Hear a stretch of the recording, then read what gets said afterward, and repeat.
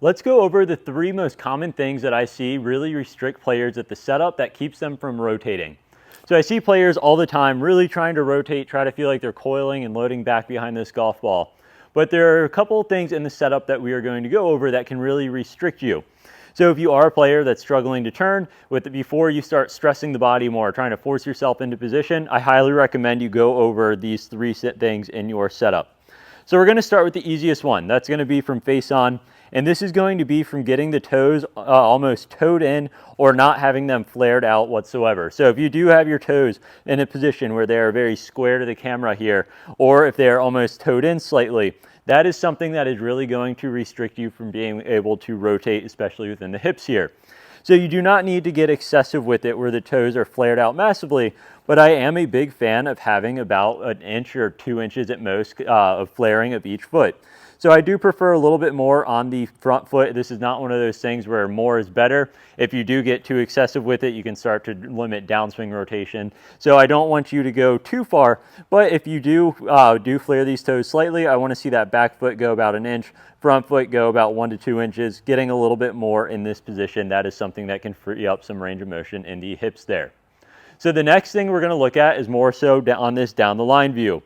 If we go and we look at where the knees are positioned, I see a lot of players get overly flexed through the knees or overly bent through the knees, and this forces the upper body a little bit more upright. So players really get sat back in the glutes. They have the knees really kind of out in front of them. Upper body is very upright. And regardless of the toe flare or not, this is going to be a position that is very difficult to rotate from. Ideally, when we're turning, we want to lengthen into this back knee. We don't want it to lock out, but we do want to lengthen into that knee, allow this back hip to turn. And if these knees are excessively flexed, that is going to be a huge limiter. So if you do find yourself in this position, where another good checkpoint is you don't want the armpits falling too far back behind the knees here, what I would do is I would straighten the knees out. They don't need to be locked, but we are going to straighten the knees to the point that the kneecaps are just behind the shoelaces, and then we are going to let the chest start to round down. We are not getting here and massively hinging down and over, but we are going to straighten those knees slightly, let the chest round down towards that golf ball. That's going to get you in a more well-balanced position where this armpit line is going to fall a little bit more in front of the knees. From here, I can almost guarantee you it is going to be much easier to turn. So the last one we are going to look at is the positioning of the lower back and or the pelvis. You can look at it either way. So I will see a lot of players that will try to get into these positions. They'll flare their toes slightly. They won't have a ton of knee bend. But to get to this golf ball, what they do is they really arc the lower back and get the chest really kind of put down towards this golf ball or hinge down towards the golf ball, not so much letting it relax. So this shoulder blades are very pulled back, and there's usually a dip in this lower back.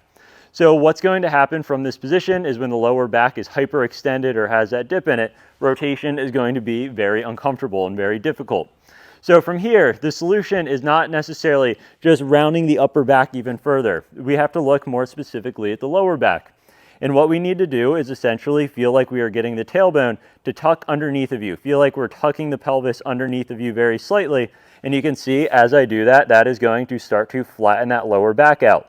So if you feel like you do have a little bit of an arch in that back, go ahead, feel like you tuck that tailbone up underneath of you. That is, again, going to get you in a position where it is much easier to rotate. So we want to avoid getting the toes overly square or toed in. We want to avoid having excessive knee flex, and we want to avoid having a big dip in that lower back. If you can accomplish fixing those 3 issues, those are things that should allow you to rotate much easier on the backswing and get you in position to rotate much more freely on the downswing as well.